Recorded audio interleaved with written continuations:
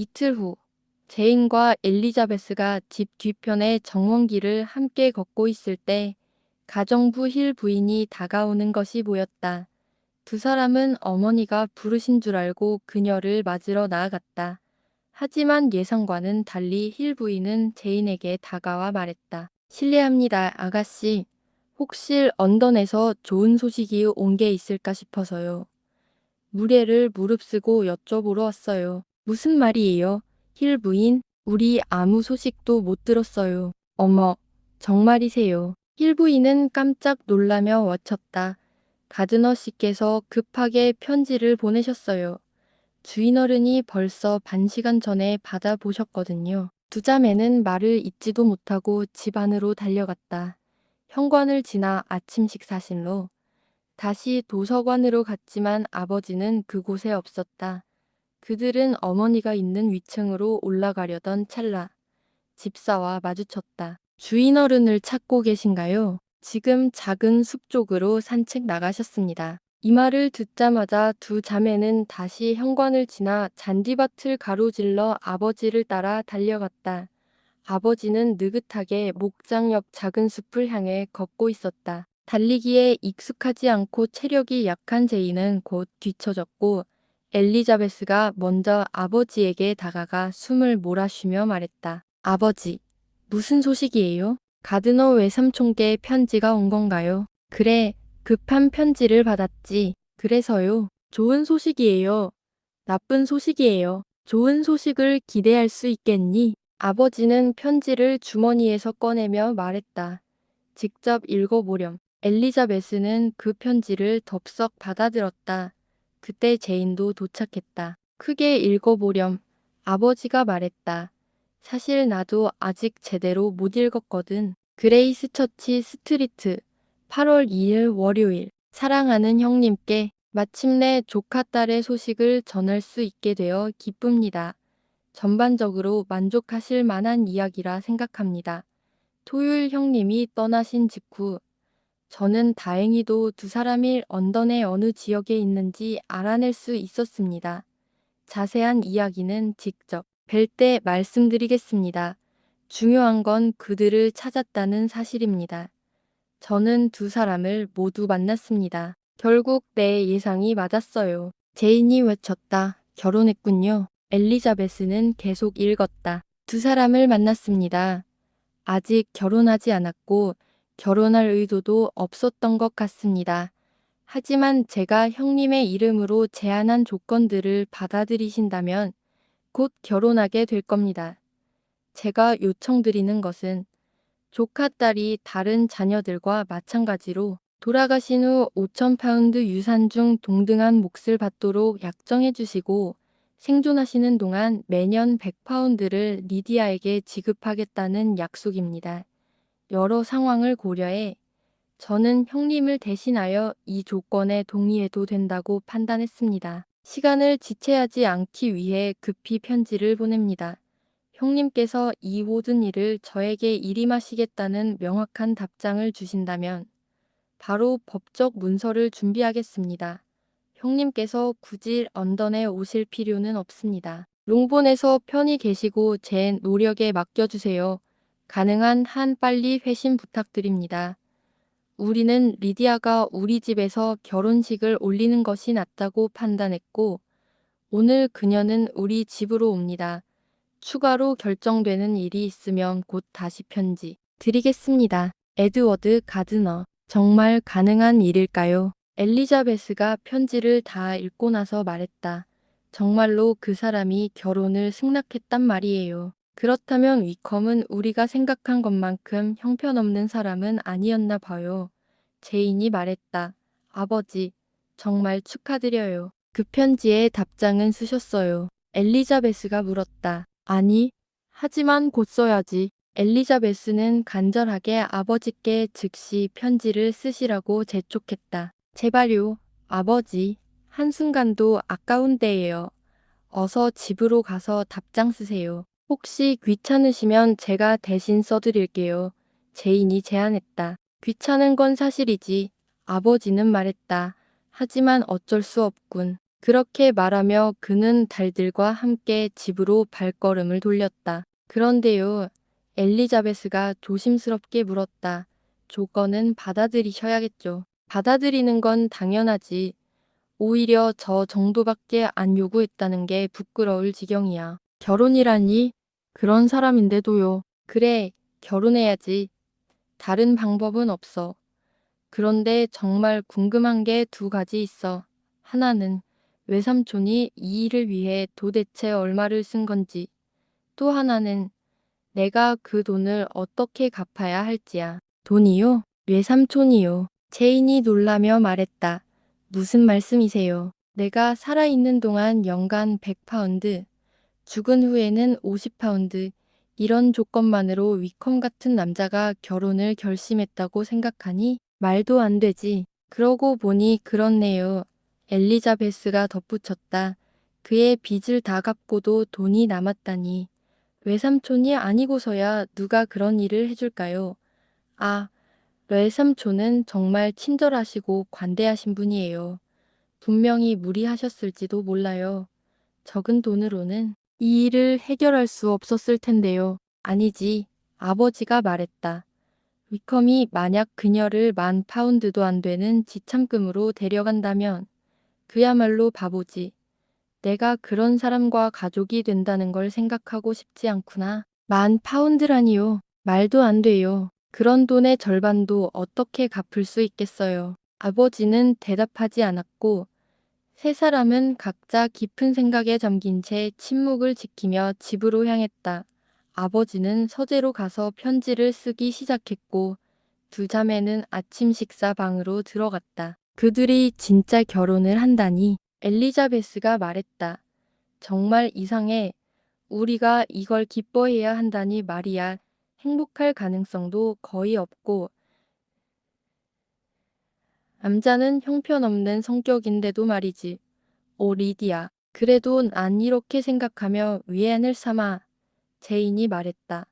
위컴이 리디아에게 정말로 마음이 없다면 결혼까지 하진 않았을 거야.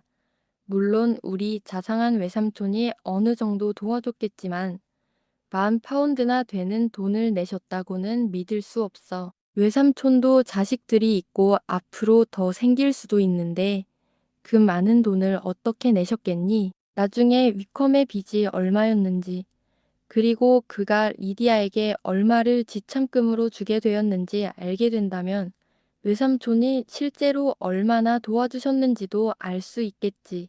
엘리자베스가 말했다. 위컴은 자기 돈 한 푼도 없는 사람이잖아. 외삼촌과 외숙모의 친절은 절대 갚을 수 없을 거야. 그녀를 집으로 데려와 보호하고 체면을 지켜주신 건 아무리 감사해도 부족할 만큼 큰 희생이야. 지금쯤이면 리디아가 이미 외삼촌 댁에 도착했겠지. 그런 선의 앞에서도 부끄러움을 느끼지 못한다면 리디아는 정말로 행복을 누릴 자격이 없어. 우리는 이제 양쪽의 잘못은 모두 잊으려고 노력해야 해. 제인이 말했다. 난 둘이 앞으로는 행복하게 살 수 있을 거라고 믿고 싶어. 그가 결혼을 결심한 건 제대로 된 생각을 하게 됐다는 증거야. 서로에 대한 애정이 그들을 안정시켜 줄 거고, 이젠 조용하고 이성적으로 살아서 과거의 잘못도 잊혀질 수 있을 거야. 그들이 저지른 행동은 엘리자베스가 대답했다. 너도, 나도, 누구도 절대 잊을 수 없어.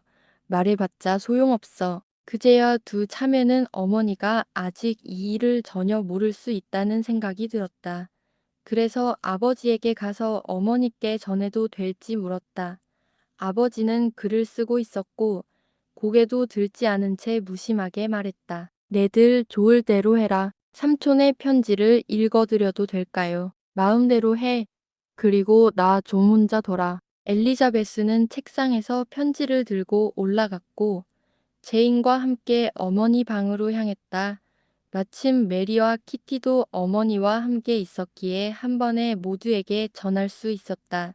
제인이 좋은 소식이 있다고 예고한 후 편지를 큰 소리로 읽었다. 가드너 씨가 리디아가 곧 결혼할 것 같다고 쓴 부분에 이르자 어머니는 기쁨을 억누르지 못하고 외쳤다. 이후 편지의 모든 문장은 그녀의 흥분을 더했다. 지금 어머니는 걱정이나 분노가 아닌 기쁨으로 들뜬 모습이었다.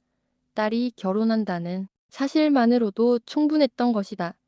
딸의 행복에 대한 걱정도, 그녀가 얼마나 큰 잘못을 했는지에 대한 반성도 전혀 없었다. 우리 사랑스런 리디야, 이건 정말 기쁜 소식이야. 걔가 결혼한대. 다시 볼 수 있다니. 이제 겨우 16인데 결혼을 하다니. 우리 좋은 오빠, 역시 뭐든 다 해결해 줄 줄 알았어.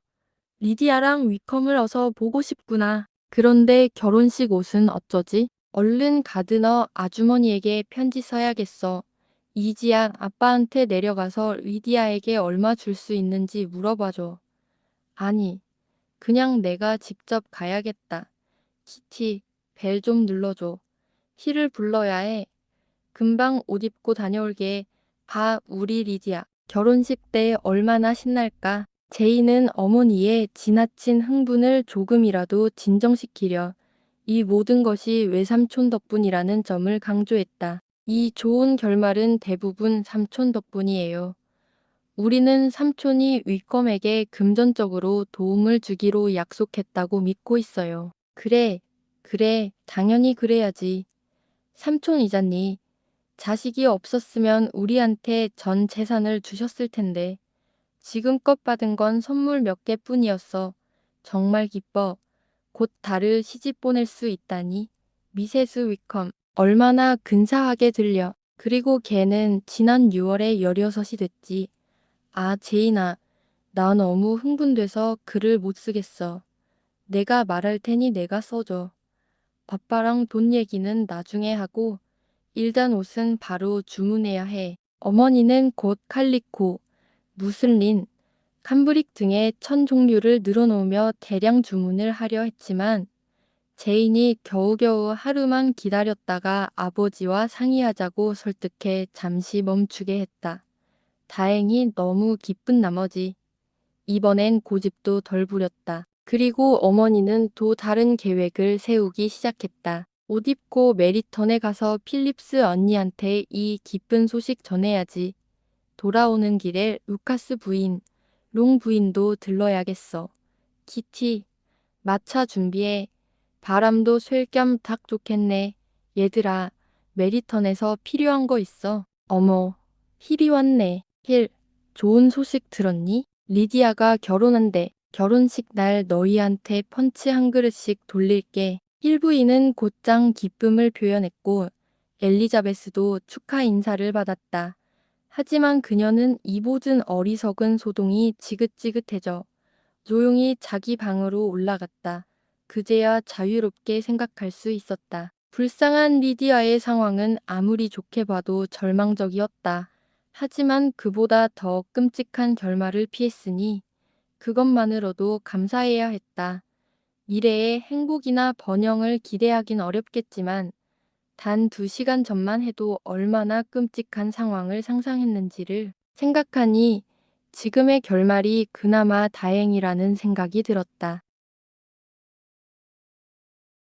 베넷 씨는 인생의 이 시점에 이르기 전에도 자주 후회하곤 했다. 자신의 전 재산을 다 써버리지 말고 매년 일부를 저축해 두어 자식들과 자신보다 오래 살지도 모를 아내를 위한 대비를 했어야 한다는 생각이었다. 하지만 지금은 그 후회가 더욱 깊었다. 그가 그런 의무를 다했더라면 리디아가 지금처럼 삼촌에게 의존해서 명예를 구걸하는 일은 없었을 것이다. 영국에서 가장 경박한 청년 중 한 명과 결혼하게 되는 리디아의 처지에 대한 만족감은 제자리에 있어야 할 일이 아니었다. 베넷 씨는 이 일이 누구에게도 크게 이득이 되지 않는다는 점에서 특히 마음이 무거웠고 모든 비용을 장인어른 혼자 부담하게 된 것에 대해 깊은 유감을 느꼈다. 그는 그가 얼마나 금전적 도움을 받았는지 알아내고 가능한 한 빨리 그 빚을 갚겠다고 결심했다. 결혼 초기에 그는 절약이라는 개념을 무의미하다고 생각했다. 왜냐하면 분명히 아들이 태어날 것이라 믿었기 때문이다. 그 아들이 성인이 되면 상속 문제를 해결하고 과부가 된 아내와 어린 자식들을 충분히 부양할 수 있으리라는 생각이었다. 그러나 연달아 5명의 딸만 태어났고 마지막 딸 리디아 이후에도 아들을 기대했지만 결국 그런 희망은 사라졌다. 하지만 그때는 이미 늦어 절약은 소용이 없었다.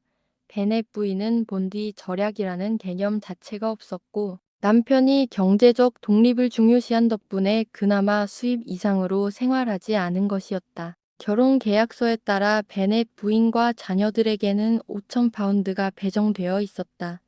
그러나 자녀들 중 누구에게 얼마를 줄지는 부모의 결정에 달려 있었다. 적어도 리디아에 관한 한, 이제 그 몫이 결정되어야 할 때였다.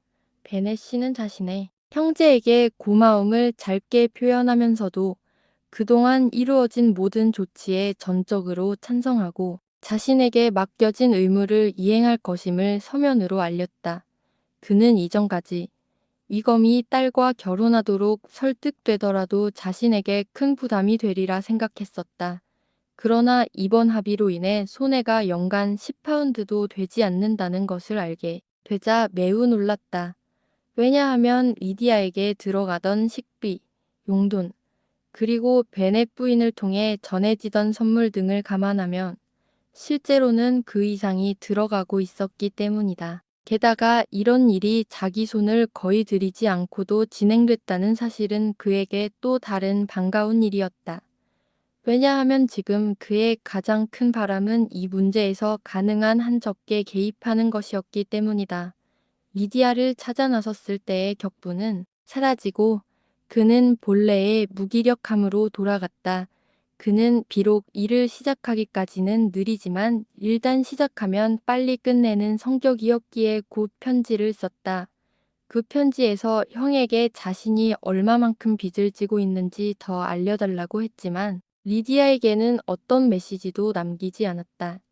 여전히 그녀에게 화가 나 있었기 때문이다. 이 기쁜 소식은 집안에 금세 퍼졌고 이웃들에게도 빠르게 전해졌다. 이웃들은 비교적 점잖게 받아들였지만 리디아가 사회적으로 몰락하거나 멀리 떨어진 시골에 숨어 사는 편이 화제거리로는 더 좋았을 거라고 여기는 분위기였다. 그러나 결혼 자체로도 할 이야기가 많았고 결국 모두가 예상한 건 리디아가 그런 남자와 결혼했으니 고생할 것이 분명하다는 점이었다. 그날은 베넷 부인이 2주일 만에 처음으로 거실에 내려온 날이었고 그녀는 기쁨에 겨워 들떠 있었다. 딸이 결혼하는 일이 자신이 대인이 16이었을 때부터 바랐던 첫 번째 소망이었고 그녀의 말과 생각은 이제 전적으로 결혼식, 드레스, 마차, 하인 같은 것들에 집중되어 있었다. 그녀는 딸이 살 집을 찾는 데 바빴고 실제 수입이 어떠한지 고려하지도 않은 채 집들을 거절하고 있었다. 하이파크는 괜찮겠지. 불띵 부부가 이사만 간다면 말이야. 아니면 스토크의 데저택도 괜찮고 다만 응접실이 좀 작긴 해. 애쉬워스는 너무 멀고 10마일이나 떨어졌으니 안 싫어. 퍼비스 로지는 곡대기 다락방이 엉망이라 안 돼. 남편은 하인들이 있는 동안에는 아내가 하는 말을 말없이 듣고 있었지만 그들이 물러가자 이렇게 말했다. 그 모든 집을 알아보기 전에 우리 둘이 먼저 확실히 짚고 넘어갈 게 있어. 나는 리디아와 그녀 남편이 이 근처, 적어도 롱본에는 절대 들이지 않을 거야. 그들의 어리석음을 내가 받아들이는 일은 없을 거야. 이 발언은 긴 논쟁으로 이어졌고 베넷 씨는 단호했다. 이어진 말다툼 속에서 베넷 부인은 놀라움과 분노를 느꼈다. 남편이 딸을 위해 예복을 사주지 않겠다고 단호히 말했기 때문이다. 그는 결혼을 축하하는 어떤 정표도 주지 않겠다고 선언했다. 베넷 부인은 도무지 이해할 수 없었다. 남편이 이렇게까지 분노해 딸에게 옷 한 벌 안 사주는 일은 그녀가 상상조차 못한 일이었다. 그녀는 딸이 결혼식 날 새 옷 없이 나타난다면 그것이 딸의 명예를 얼마나 실추시키는지에 더 신경 썼지. 딸이 결혼 전에 위검과 도망쳐서 함께 살았다는 사실에는 별 감흥이 없었다. 엘리자베스는 자신이 절박한 상황에서 다하시에게 리디아의 일로 도움을 요청한 걸 깊이 후회했다. 결혼으로 일이 마무리된다면 그 추한 시작은 외부에 알릴 필요가 없었기 때문이다.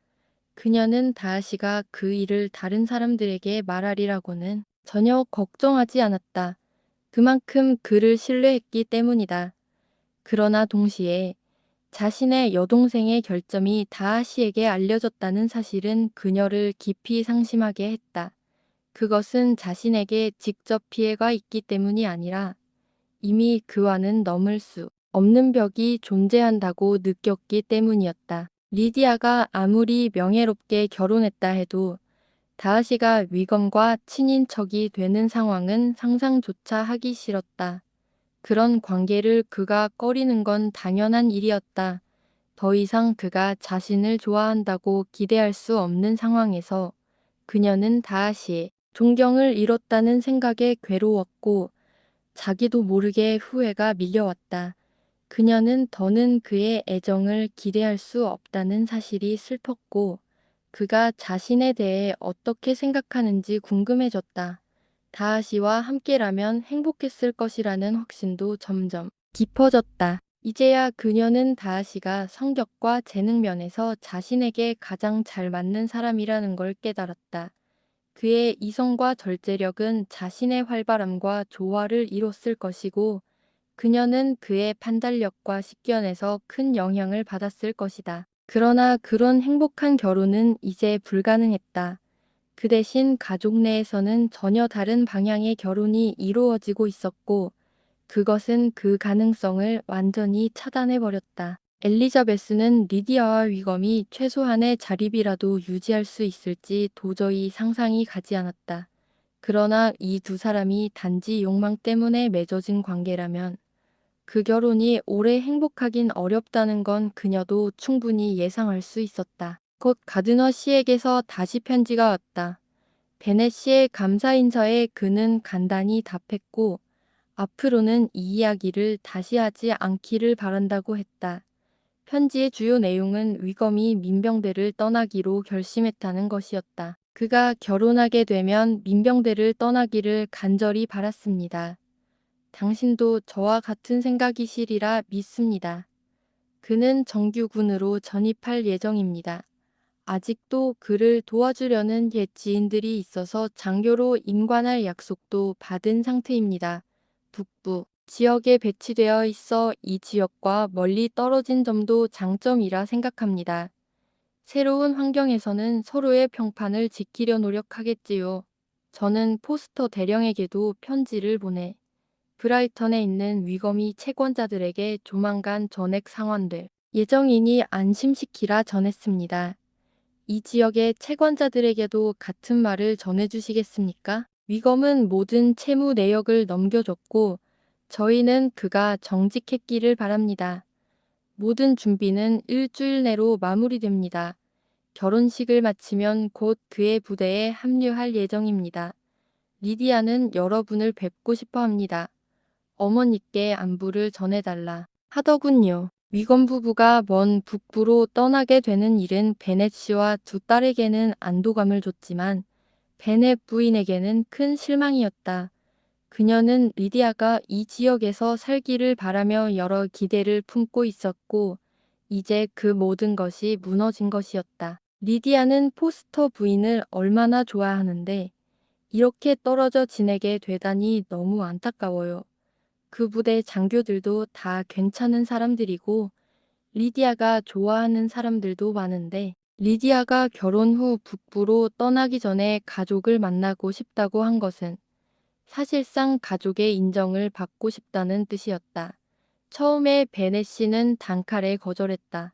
그러나 제인과 엘리자베스가 이성적이고 조용한 어조로 여동생의 자존심과 사회적 체면을 위해 결혼 후 집에 들르게 해주자고 간곡히 설득하자 결국 그도 마음을 돌렸다. 그리하여 결혼식이 끝난 후 홍본에 들르는 것으로 결정되었고 베넷 부인은 마침내 자신의 딸을 이웃들에게 자랑할 기회를 얻어 기뻐했다. 그러나 엘리자베스는 위검이 이 계획에 쉽게 동의한 사실이 의외였다. 만약 그녀의 뜻대로라면 그를 다시 보는 일은 절대로 없었을 것이다. 여동생의 결혼식 날이 되었다. 제인과 엘리자베스는 아마 리디아 자신보다도 더 마음이 복잡했다. 마차는 정해진 장소로 그들을 데리러 갔고 그들은 저녁 식사 시간까지 돌아오게 되어 있었다. 언니들, 특히 제인은 그들의 도착을 무척 두려워했다. 그녀는 리디아가 겪게 될 감정을 마치 자신이 당한 일처럼 느꼈고 여동생이 겪을 수모를 생각하며 괴로워했다. 그들은 도착했다. 가족들은 아침 식사를 하던 방에 모여 그들을 맞이했다.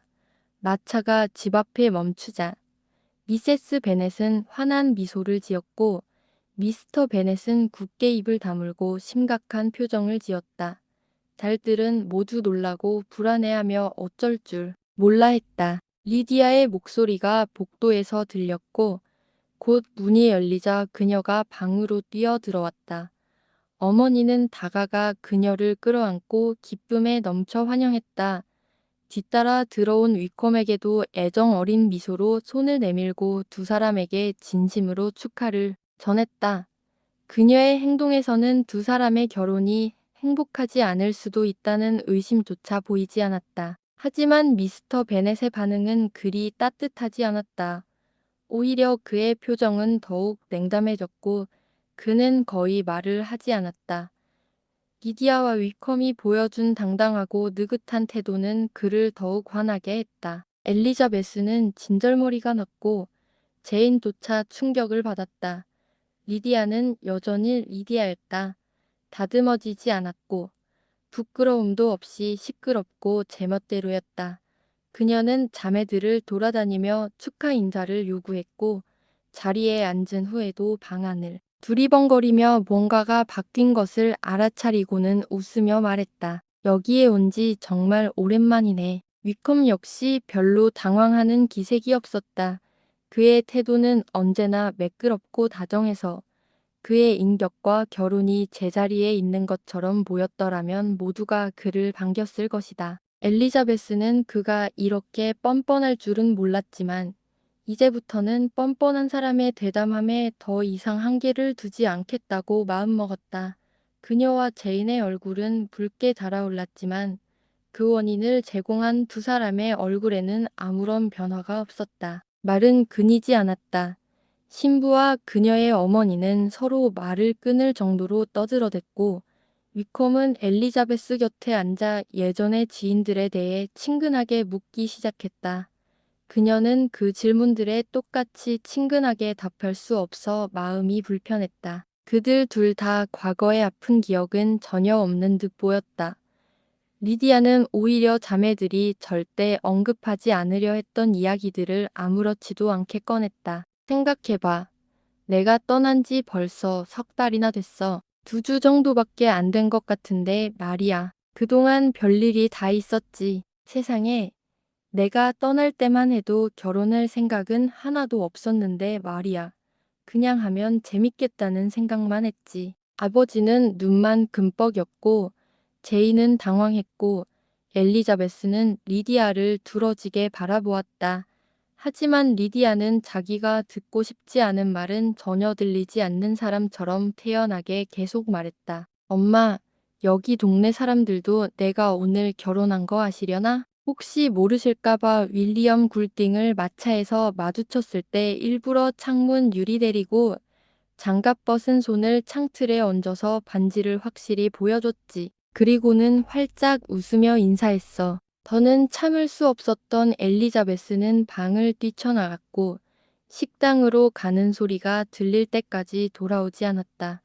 그녀는 겨우 식사 전에 자리에 돌아왔고 리디아가 의기양양하게 엄마 옆자리에 앉는 모습을 지켜보았다. 아, 제인, 이제 내 자리 내가 차지할게.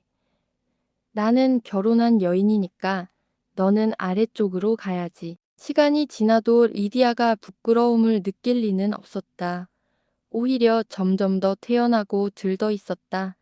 그녀는 필립스 부인, 루카스 가족, 그리고 다른 이웃들에게 자신을 위컴 부인이라 부르게 하고 싶어 안달이었다. 식사 후에는 하녀들에게 반지를 자랑하고 결혼했다고 떠들며 돌아다녔다. 엄마, 내 남편 어떤 것 같아요? 정말 멋지지 않아요? 언니들이 다 나를 부러워해야 해요. 나처럼 행운이 따랐으면 좋겠어요. 다들 꼭 브라이튼에 가봐야 해요. 그곳이 남편 구하기 딱이거든요. 우리 모두 갔었어야 했는데 아쉽다. 정말 그러게 말이다. 내 맘대로 할 수 있었으면 다 같이 갔을 텐데. 그런데 리디아야, 그렇게 멀리 가는 건 정말 싫구나.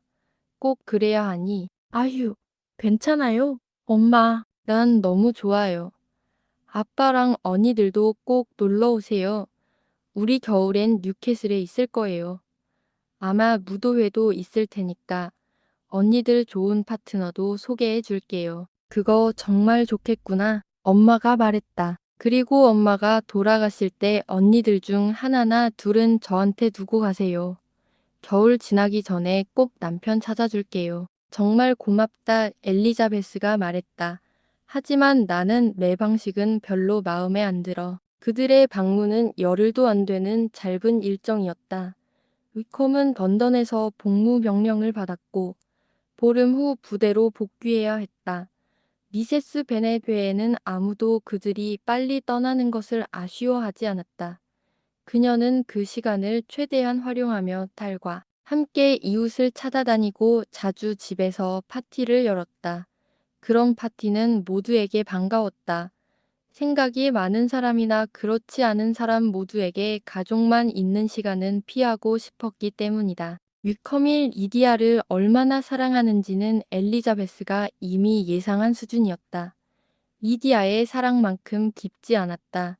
실제로 관찰하지 않아도 두 사람의 도망일 이디아의 열정에서 비롯된 것임은 자명했다. 엘리자베스는 위커밀 이디아를 그리 사랑하지 않으면서도 왜 함께 도망쳤는지 이해했지만 그가 경제적으로 곤란한 상황이었고 그런 상황에서 동행자를 얻는 기회를 놓칠 사람이 아니라는 것을 생각하면 이해가 되었다. 리디아는 그를 무척 사랑했다.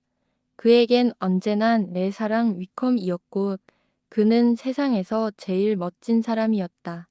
사냥철이 시작되면 가장 많은 새를 잡을 거라고 자신했다. 어느 날 아침, 리디아는 언니 둘과 함께 있다가 엘리자베스에게 말했다. 리지, 내 결혼식 이야기 안 해줬던 것 같은데 너 엄마한테 얘기할 때도 안 들었지? 궁금하지 않아? 전혀 안 궁금해.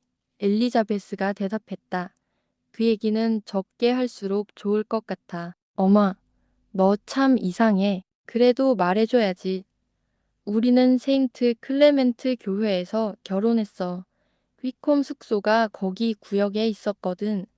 아침 11시에 교회에 도착하기로 했고, 나랑 삼촌, 이모는 같이 가고, 다른 사람들은 교회에서 만나기로 했지. 그날 아침, 나는 정신이 없었어. 혹시라도 무슨 일 생겨서 결혼 못할까봐 완전 긴장했지. 이모는 내가 어집는 동안 계속 잔소리했는데 난 한 귀로 듣고 한 귀로 흘렸어. 오직 내 사랑 위컴 생각뿐이었거든. 특히 그가 파란 코트를 입고 올지 너무 궁금했어. 아침 10시에 아침 먹었는데 정말 끝이 안 나더라. 그리고 말이지.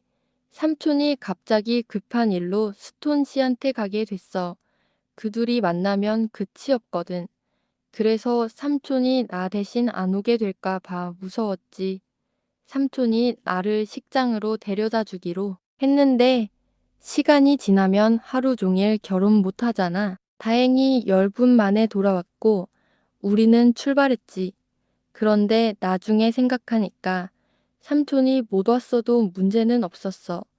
왜냐면 미스터 다하시가 대신 데려다 줄 수도 있었으니까. 미스터 다하시. 엘리자베스는 놀라움에 입을 다물지 못했다. 맞아. 위컴이랑 같이 오기로 했거든. 어머, 나 이 말 하면 안 되는데. 이건 비밀이었거든. 위컴이 뭐라고 하려나. 비밀이라면? 제인이 말했다. 더는 말하지 마. 우리도 더 이상 캐묻지 않을게. 응, 고마워. 너희가 물어보면 나 다 말해버릴 것 같아서. 그럼 위컴이 화낼 거야. 그 말을 듣자 엘리자베스는 더 이상 참을 수 없어 도망치듯 방을 나가버렸다. 하지만 이런 중요한 사실을 모른 채 산다는 건 도저히 참을 수 없었다. 그녀는 바로 이모에게 편지를 쓰기 시작했다. 이런 상황에서 왜 우리와 아무 관계도 없는 미스터 다하시가 결혼식에 있었는지 정말 궁금해요. 만약 말씀해 주실 수 있는 비밀이라면 꼭 설명해 주세요. 그렇지 않다면 어쩔 수 없이 모른 채 있어야겠지만 그녀는 마지막에 덧붙였다. 그래도요, 이모, 만약 정직하게 말해 주시지 않으면 저는 어떻게든 다른 방법으로 알아낼 거예요. 제이는 정직한 성격답게 리디아의 발언에 대해 엘리자베스와 단둘이 말하지 않았다. 엘리자베스는 오히려 다행이라고 생각했다.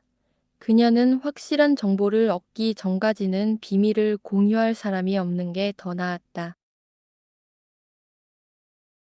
그레이스 처치 스트리트 9월 6일 사랑하는 조카 엘리자베스에게 내 편지를 방금 받았단다. 아침 시간 전부를 들여 답장을 써야겠어.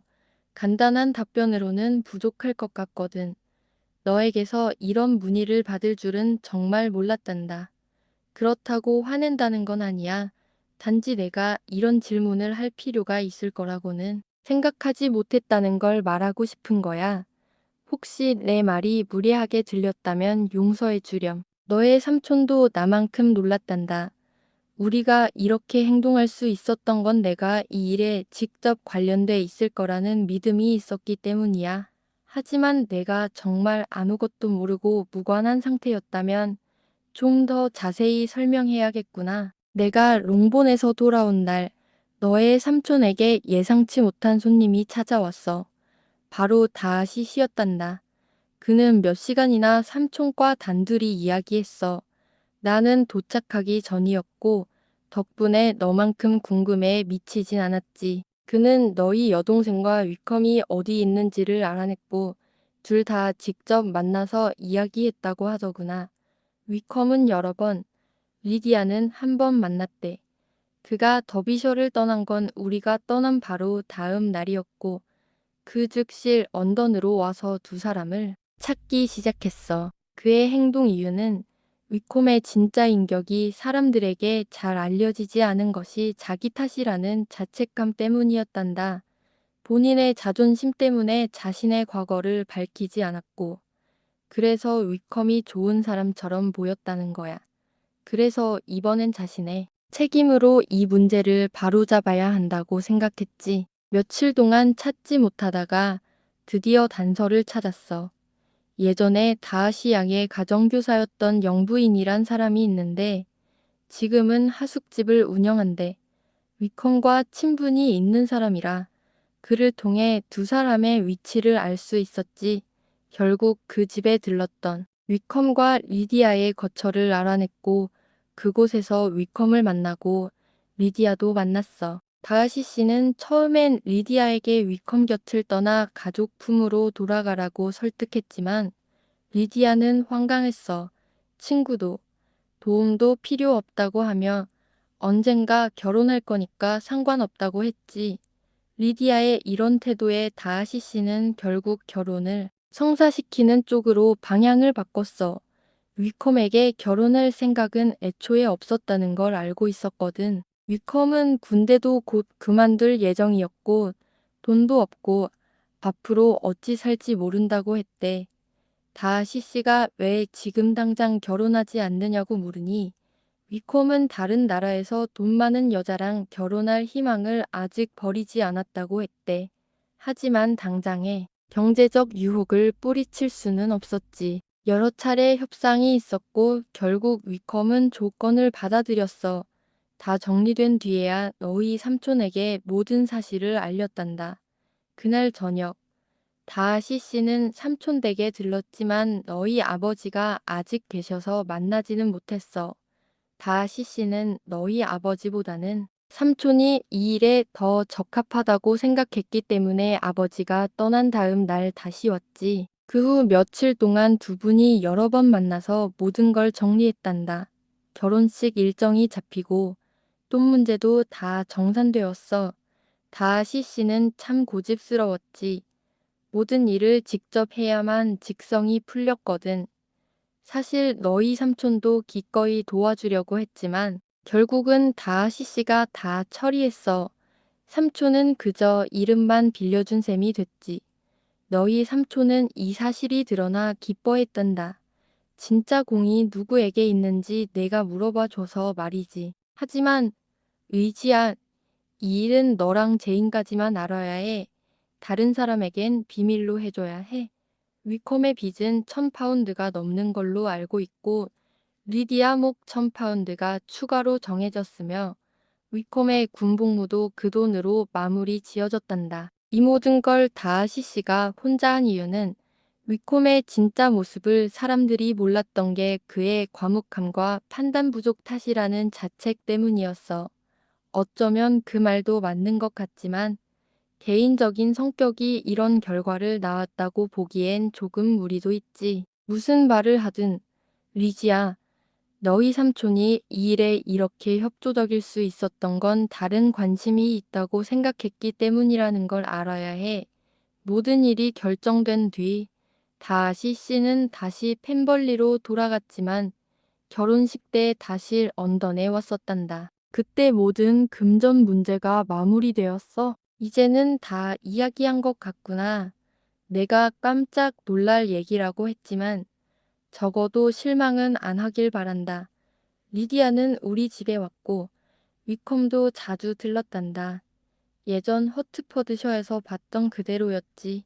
리디아의 태도는 전혀 만족스럽지 않았어. 네가 말한 걸 보니 집에 돌아가서도 마찬가지였나 보구나. 나는 그녀에게 여러 번 진지하게 충고했어. 자신의 행동이 얼마나 나쁜 일이며 가족들에게 어떤 고통을 줬는지 설명했지만 그녀가 정말 들었는지는 모르겠구나. 들은 척도 안 했을지도 몰라. 참다 화가 날 뻔했지만 너와 제인을 생각하며 꾹 참았단다. 다하시 씨는 결혼식에 맞춰 다시 런던에 왔고 그 다음 날엔 우리와 함께 식사도 했단다.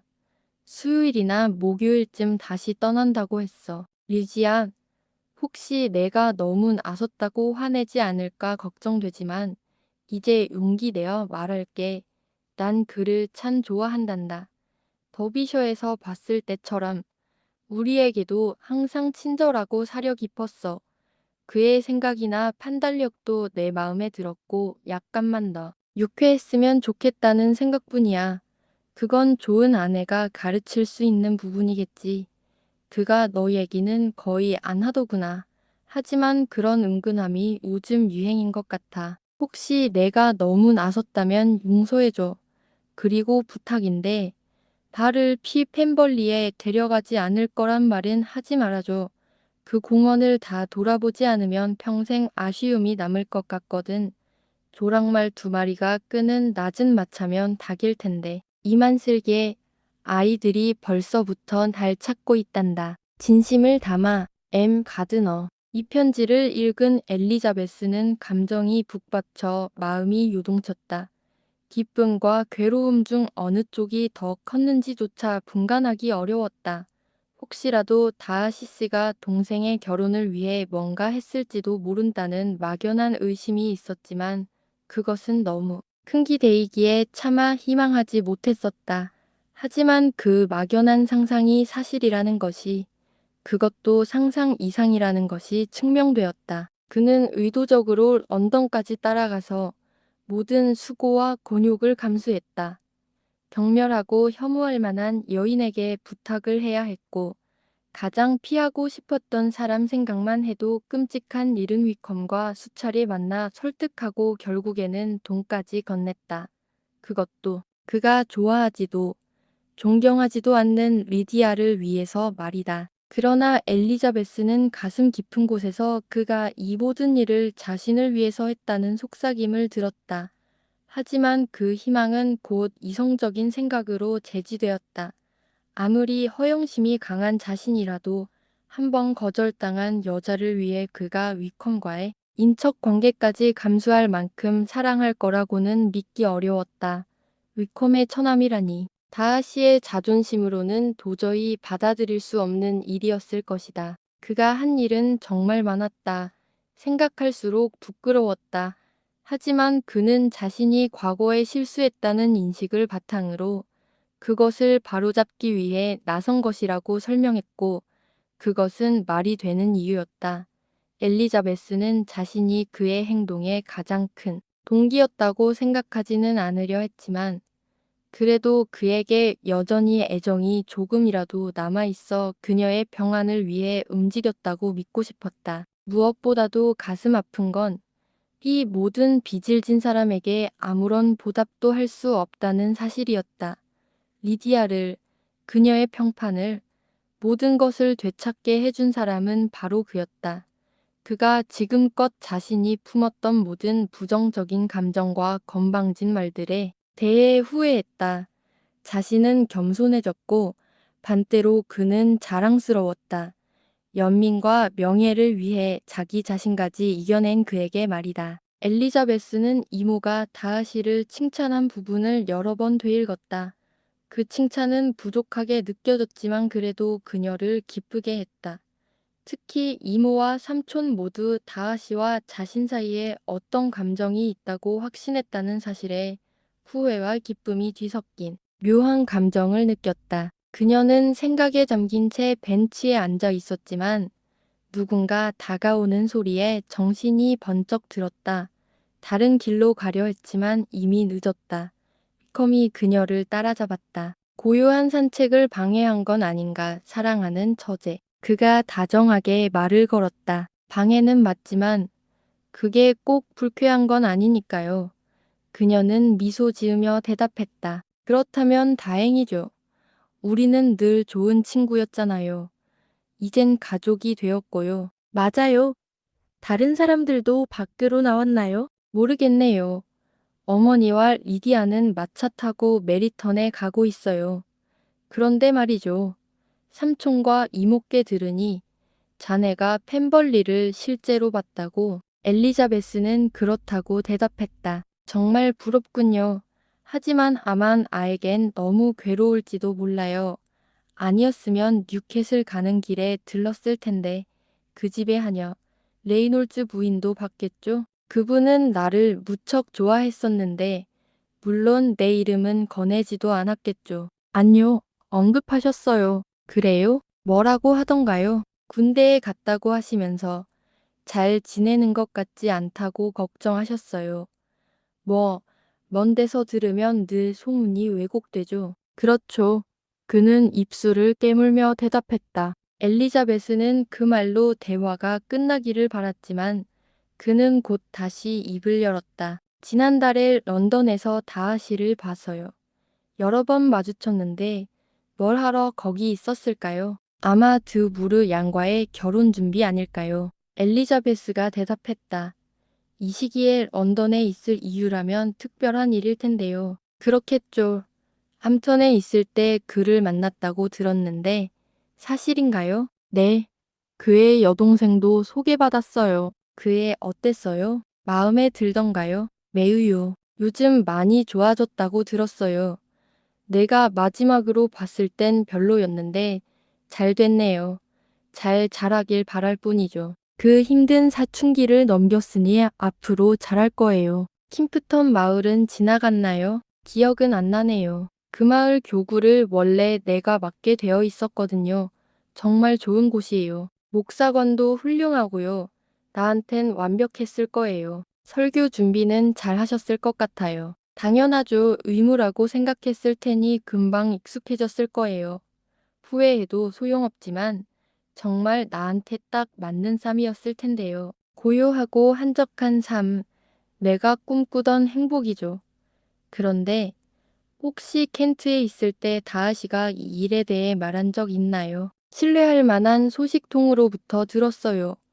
조건부였고 지금의 후원자가 결정권을 가졌다고요. 맞아요. 그런 얘기를 내가 처음부터 했었죠. 기억나죠? 그런데 어떤 사람은 예전에 당신이 절대 성직자가 되지 않겠다고 단언해서 결국 없던 일이 됐다고도 하던데요. 그런 얘기도 있었죠. 내가 그때 뭐라고 말했는지 기억날 거예요. 이제 그들은 거의 집 문 앞까지 도착했다. 엘리자베스는 그와의 대화를 피하고 싶어 일부러 빠르게 걸었다. 하지만 리디아를 생각해 그를 노골적으로 자극하고 싶지는 않았다. 그녀는 온화한 미소를 지으며 말했다. 위컴 씨, 이제 우리 형제자매잖아요. 과거 일로 더 이상 다투지 말아요. 앞으로는 사이좋게 지내요. 그녀는 손을 내밀었고 위컴은 애정 어린 태도로 그 손등에 키스했다. 하지만 얼굴엔 어색함이 남아 있었다. 그렇게 둘은 함께 집 안으로 들어갔다. 위컴 씨는 이 대화에 완전히 만족했기 때문에 다시는 그 일로 괴로워하거나 사랑하는 엘리자베스를 귀찮게 하지 않았다. 엘리자베스는 자신이 충분히 말했음을 알고 안도했다. 곧 위컴과 리디아가 떠나는 날이 다가왔고 베넷 부인은 남편인 뉴캐슬에 함께 가자는 자신의 계획에 전혀 동의하지 않자 최소한 1년은 떨어져 있어야 할지도 모른다는 사실에 마지못해 이별을 받아들여야 했다. 아이고, 내 사랑하는 리디아야, 우리 언제 다시 만나니? 어머, 글쎄요. 아마도 2대 3년 안에는 못 보지 않을까요? 자주 편지 써야 해. 리디아. 가능한 한 써볼게요. 하지만 결혼한 여자들은 편지 쓸 시간이 별로 없잖아요. 언니들이나 편지 쓰세요. 그 사람들은 할 일도 없잖아요. 위컴 씨의 작별 인사는 아내보다 훨씬 다정했다. 그는 웃으며 잘생긴 얼굴로 온갖 듣기 좋은 말을 했다. 정말 멋진 사위로군. 베넷 씨는 그들이 떠나자마자 말했다. 하도 웃고 아첨하고 온 집안을 유혹하고 있지 뭐야. 낭그가 자랑스러워. 루커스 경이라도 이런 사위는 못 데려올걸. 딸과의 이별로 베넷 부인은 며칠 동안 몹시 침울했다. 난 가끔 사람과 헤어지는 것만큼 괴로운 일은 없는 것 같아. 그녀는 말했다. 그 사람들이 없으면 너무 허전하잖아. 이게 바로 딸을 시집 보낸 결과지요. 엘리자베스가 말했다. 이제 다른 4명이 아직 미혼이라는 게 위안이 되시겠네요. 그런 건 아냐. 리디아가 떠난 건 결혼해서가 아니라 남편 부대가 너무 멀리 있어서 그런 것뿐이야. 만약 부대가 가까웠다면 이렇게 빨리 가지는 않았을 거야. 하지만 이런 우울한 기분은 곧 다른 소식으로 인해 가라앉았다. 네더필드 하우스의 가정부가 추인의 도착을 준비하라는 명령을 받았다는 소문이 돌기 시작한 것이다. 빅리 씨가 며칠 안에 사냥하러 내려온다는 소식에 베넷 부인은 몹시 들떴다. 그녀는 제인을 바라보며 미소 짓기도 하고 고개를 절레절레 흔들기도 했다. 그래서 빅리 씨가 다시 내려온다는 거네. 언니. 이 소식은 필립스 부인이 전해주었다. 좋네. 뭐, 내가 뭐 신경 쓰는 건 아니지만 그는 우리와 아무 상관도 없고 다시 보고 싶은 마음도 없지만 그래도 네더필드에 오고 싶다면 말리지 않겠어. 그런데 누가 알아 무슨 일이 벌어질지. 물론 우리랑은 전혀 관계없지. 우리 그 일에 대해 다시는 말 안 하기로 했잖아. 근데 정말 확실한 거야. 확실하다니까. 니콜스 부인이 어젯밤 메리턴에 있었는데 내가 그분 지나가는 걸 보고 일부러 사실을 확인하려고 나갔어. 그랬더니 진짜라고 하더라. 늦어도 목요일엔 도착하고 아마 수요일일지도 모른대. 정육점 가서 고기 주문하러 가는 길이라더라. 오리 세 쌍도 잡을 준비됐대. 제이는 이 소식을 듣고 얼굴빛이 변했지만 엘리자베스와 단둘이 있을 때야 비로소 말을 꺼냈다. 네가 오늘 이모 말할 때 나를 힐끔 본 거 알아? 내가 당황한 것처럼 보였지? 근데 바보같이 감정 때문에 그런 게 아니라 그냥 순간 사람들이 날 쳐다볼 것 같아서 그랬어. 솔직히 이 소식이 나한테 기쁘지도 슬프지도 않아. 그가 혼자 온 건 다행이야. 덜 보게 될 테니까. 나 자신이 무서운 건 아닌데 남들이 수군거릴까봐 그게 걱정돼. 엘리자베스는 혼란스러웠다. 더비셔에서 그를 보지 않았더라면 이번 방문은 단순한 사냥 여행이라 생각했겠지만 그녀는 여전히 그가 제인을 좋아한다고 믿고 있었다. 친구의 허락을 받았는지 아니면 혼자 용감히 온 것인지도 헷갈렸다. 하지만 생각해보면 그녀는 속으로 생각했다. 그 사람이 자신이 빌린 집에 오는 건데 이런 소문들이 도는 것도 좀 억울한 일이야. 그냥 내버려 두자. 제인이 말로는 아무렇지 않다고 했지만 엘리자베스는 그녀의 마음이 흔들리고 있다는 걸 쉽게 알아챘다. 감정 기복이 평소보다 심했다. 1년 전 부모님 사이에서 논쟁이 되었던 문제도 다시 수면 위로 떠올랐다. 빅리 씨가 오면 여보가 당연히 먼저 인사하러 가야죠. 베넷 부인이 말했다. 됐소. 작년엔 억지로 날 보내더니 결국 아무 일도 없었잖소. 또 바보처럼 굴 순 없지. 아내는 이번에는 이웃 신사들이 모두 이 이상 먼저 인사할 것이라며 남편도 그렇게 해야 한다고 설득했다. 난 그런 격식 따위 질색이요. 만나고 싶으면 그가 우리 집으로 찾아오면 되지. 주소도 다 알고 있을 텐데 이웃들이 돌아올 때마다 내가 쫓아다니는 일 따위는 안 해. 정말 무례하게 보일 텐데요. 그래도 전 초대는 할 거예요. 롱부인과 굴띵 가족도 함께요. 우리까지 13이니까 빅리 씨 앉을 자리는 있겠네요. 이렇게 결심하자 남편의 무성리함에도 불구하고 그녀는 어느 정도 만족했고 이웃들보다 뒤처질지도 모른다는 걱정을 덜 수 있었다. 빅리 씨의 도착일이 다가오자 그가 온다니까 괜히 마음이 불편해. 제인이 엘리자베스에게 말했다.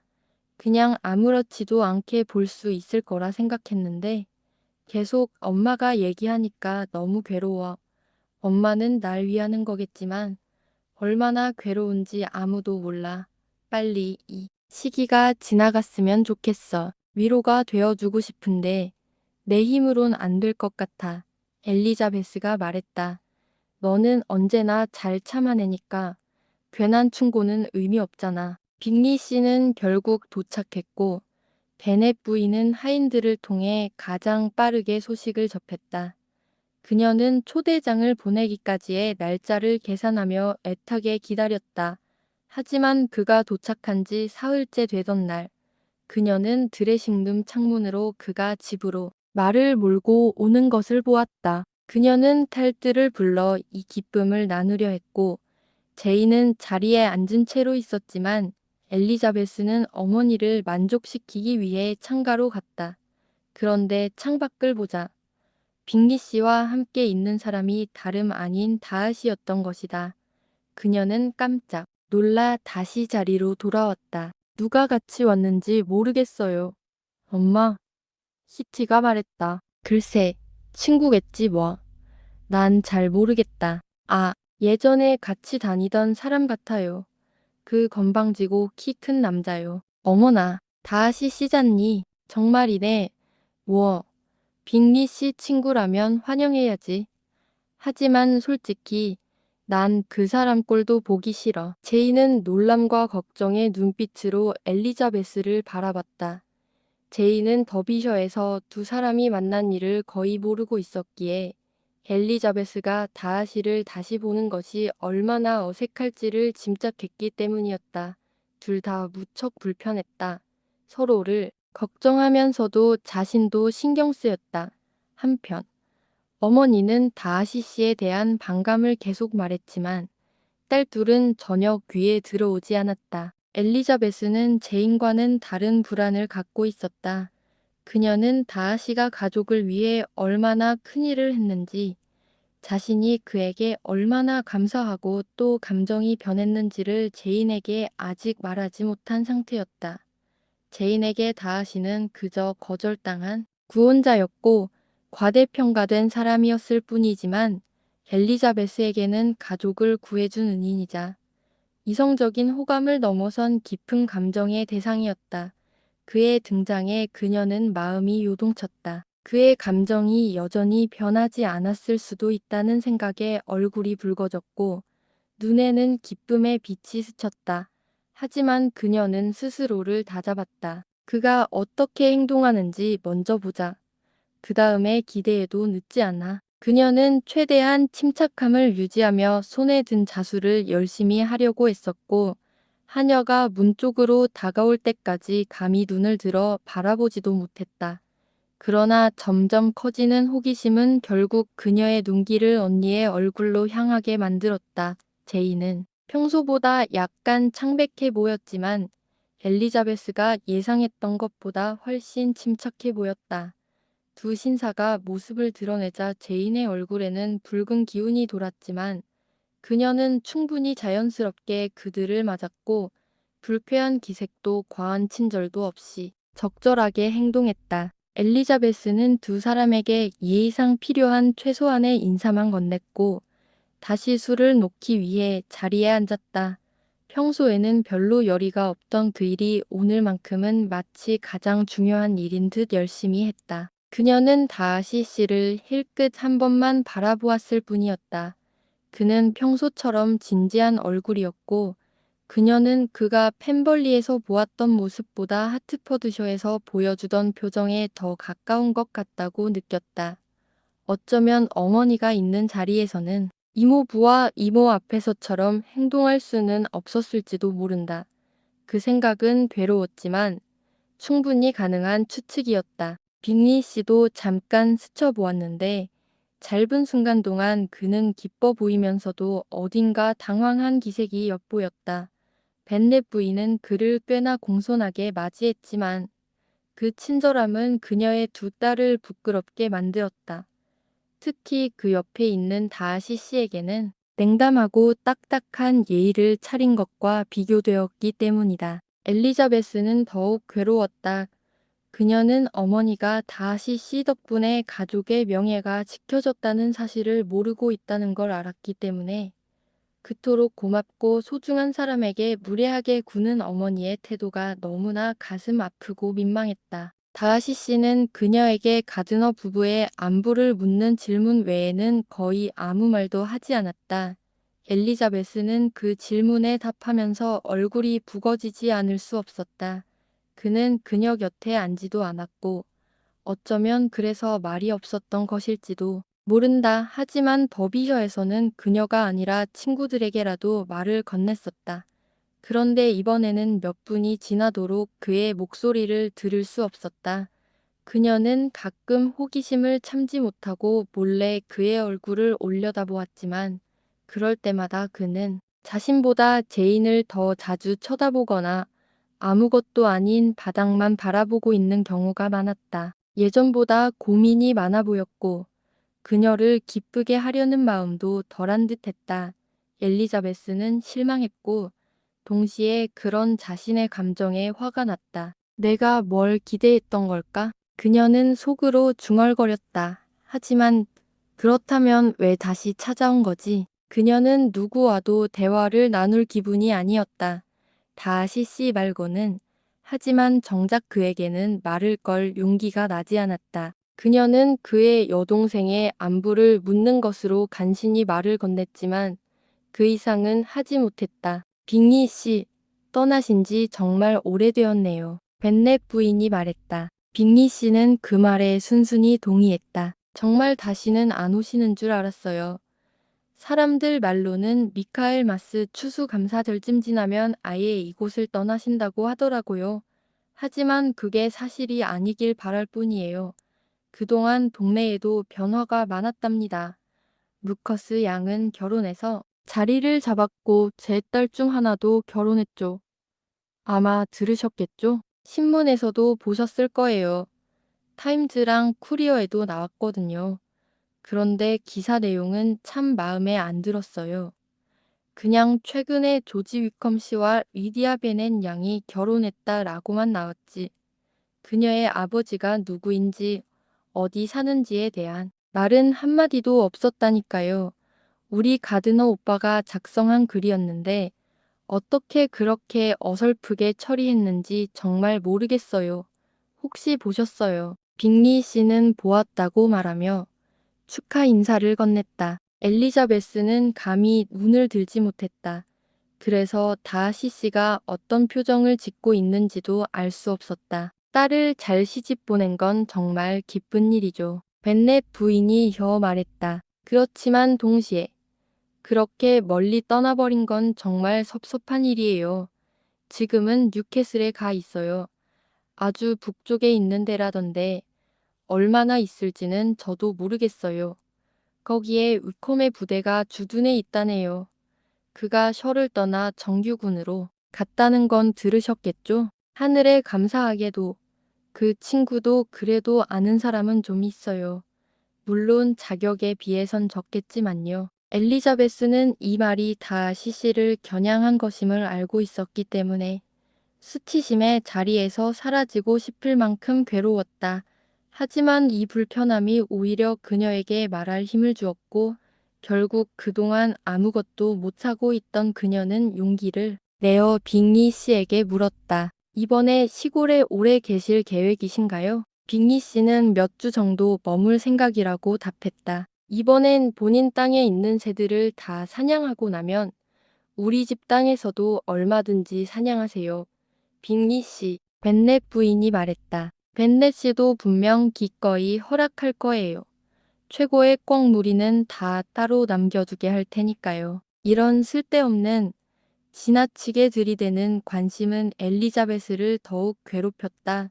만약 예전처럼 또다시 누군가의 마음을 기대하게 되는 상황이 온다면 결국 그 결말은 1년 전처럼 속상한 결과로 이어질 것임을 그녀는 잘 알고 있었다. 그 순간 그녀는 이렇게 생각했다. 이런 끔찍한 민망함을 감내해야 한다면 앞으로 수년 동안 행복하더라도 보상이 되지 않을 거야. 지금 내 마음속 첫 번째 바람은 두 사람 중 누구와도 다시는 같은 자리에 있지 않는 거야. 이런 불편함을 감수할 만큼 즐거운 일이 생길 리 없어. 절대 다시는 보고 싶지 않아. 하지만 그런 괴로움조차 곧 어느 정도 위로를 받았다. 그녀는 제인의 아름다움이 예견인의 마음을 다시 흔들고 있다는 걸 분명히 알아챘기 때문이다. 처음 도착했을 때는 빅리 씨가 제인과 거의 말을 나누지 않았지만 시간이 조금씩 흐르면서 점점 더 그녀에게 집중하고 있었다. 그는 여전히 예전만큼 제인을 아름답다고 느끼고 있었고 착하고 꾸밈없다고 여겼다.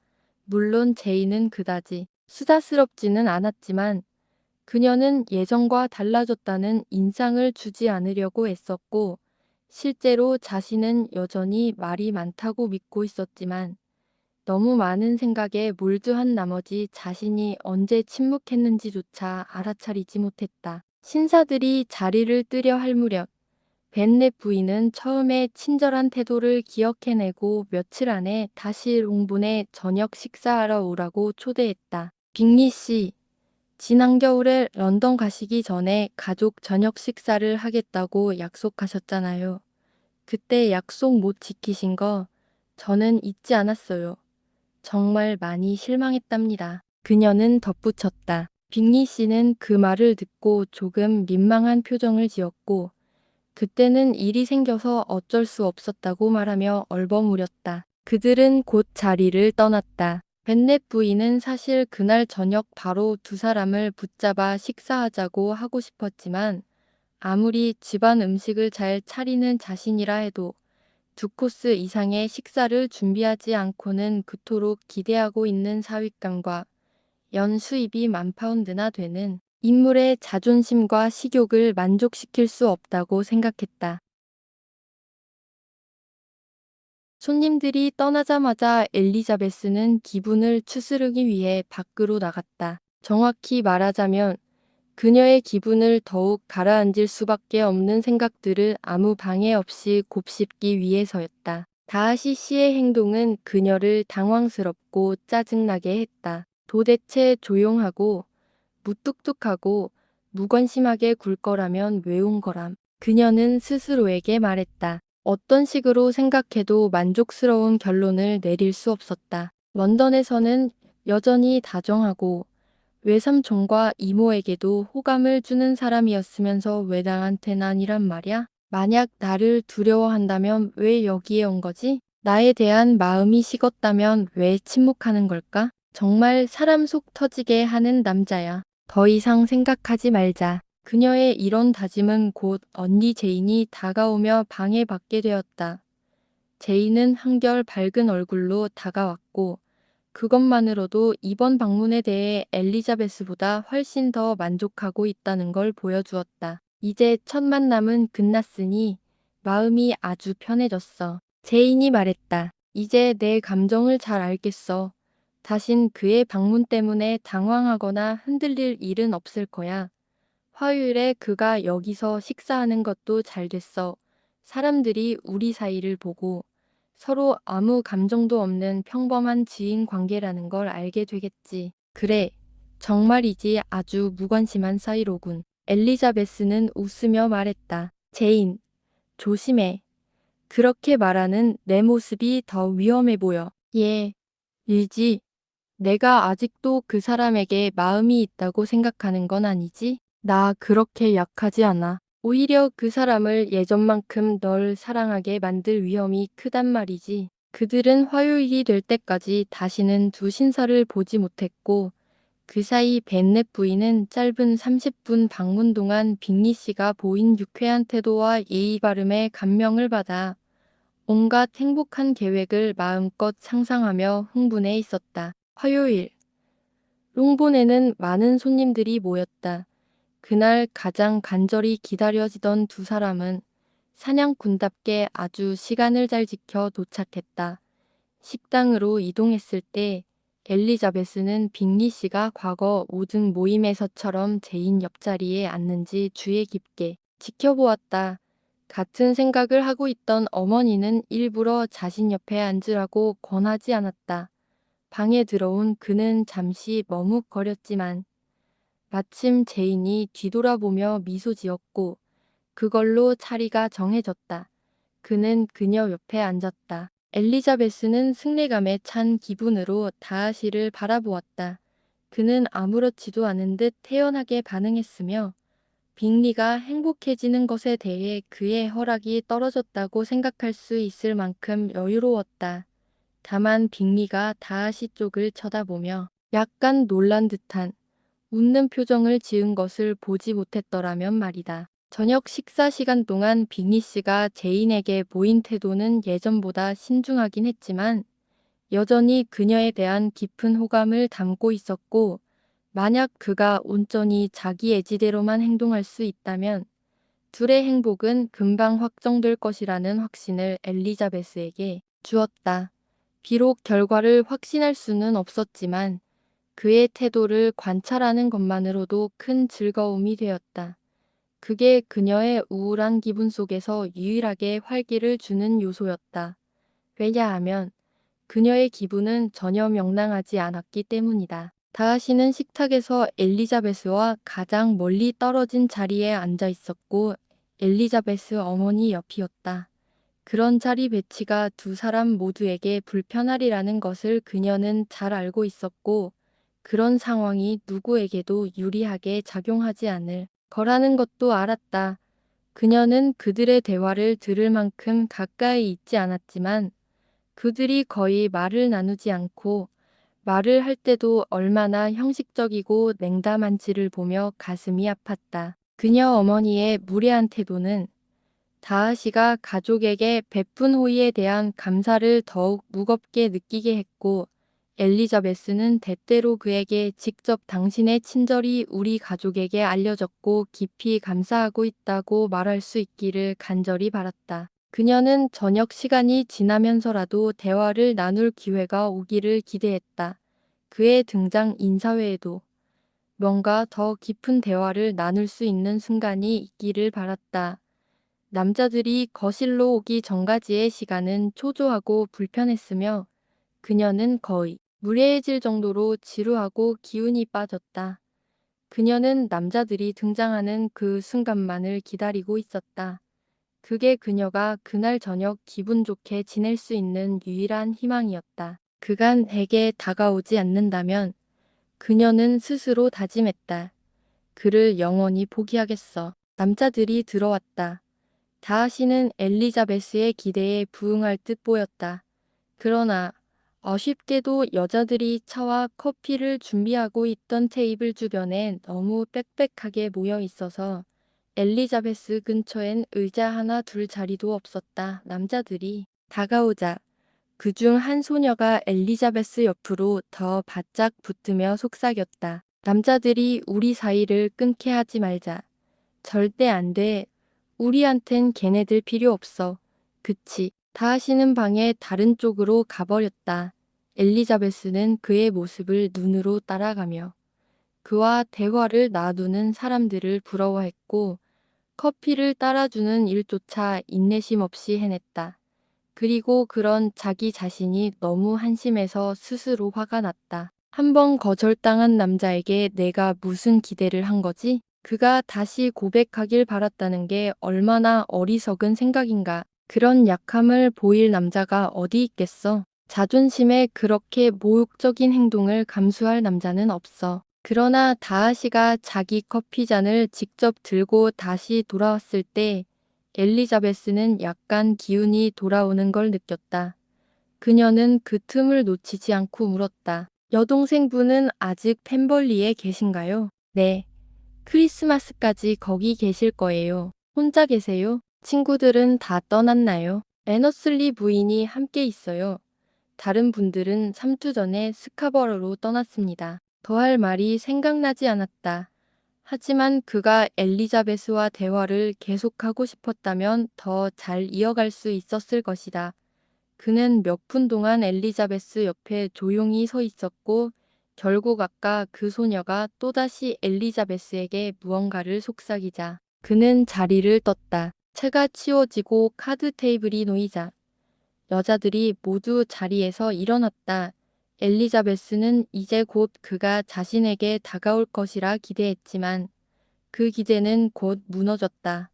다하시가 위스트 WHIST 게임을 하려는 어머니의 집요함에 사로잡혀 다른 사람들과 함께 자리에 앉는 걸 보았기 때문이다. 그 순간부터 엘리자베스는 그날 저녁에 어떤 즐거움도 기대할 수 없게 되었다.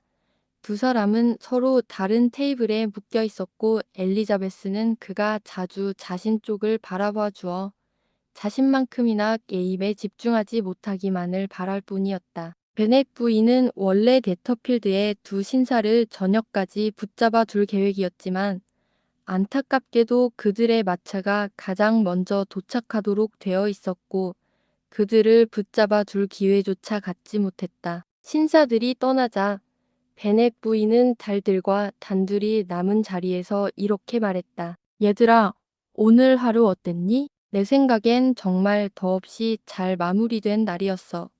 저녁 식사는 내가 본 것 중 최고였고, 사슴고기는 정말 완벽하게 구워졌어. 모두들 이렇게 살찐 뒷다리는 처음 본다고 하더라. 수프는 지난주 루커스 집에서 먹은 것보다 50배는 나았고, 다시 시조차도 자곳의 파트러지 요리는 정말 잘 됐다고 하더구나. 저 사람은 프랑스 요리사도 둘이나 셋은 둘 텐데 말이야. 그리고 제인. 얘가 오늘처럼 예뻤던 적은 없었던 것 같아. 롱 부인도 그렇게 말했단다. 내가 직접 물어봤거든. 제인이 오늘따라 더 예쁘지 않냐고. 그랬더니 뭐라고 했게? 아, 베넷 부인. 제인을 결국 네터필드로 시집 보내시겠네요. 이랬단다.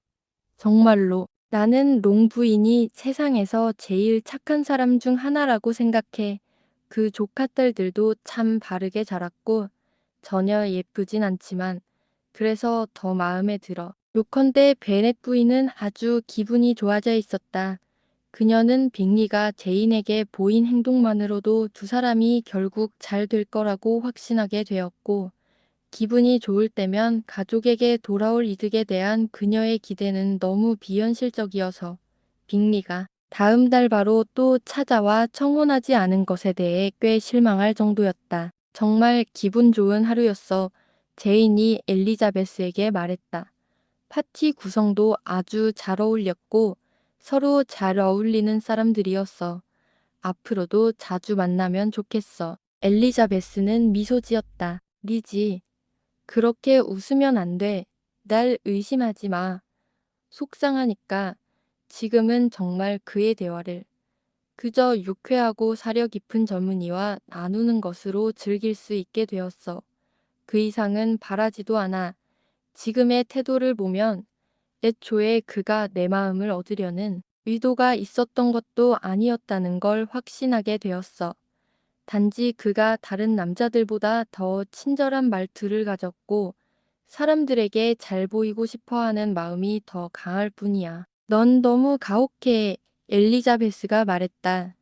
내가 웃지도 못하게 하면서 내 말은 하나같이 웃음을 유발하잖아. 어떤 경우엔 믿음을 얻기 힘들고 또 어떤 경우엔 아예 불가능하니 참 힘들지. 하지만 왜 내가 말한 것보다 더 큰 감정을 느끼고 있다고 생각하게 만들고 싶어 하는 거야. 그건 나도 어떻게 대답해야 할지 잘 모르겠네. 우린 모두 가르치길 좋아하지만 정작 우리가 가르칠 수 있는 건 대부분 별 가치도 없는 것뿐이잖아.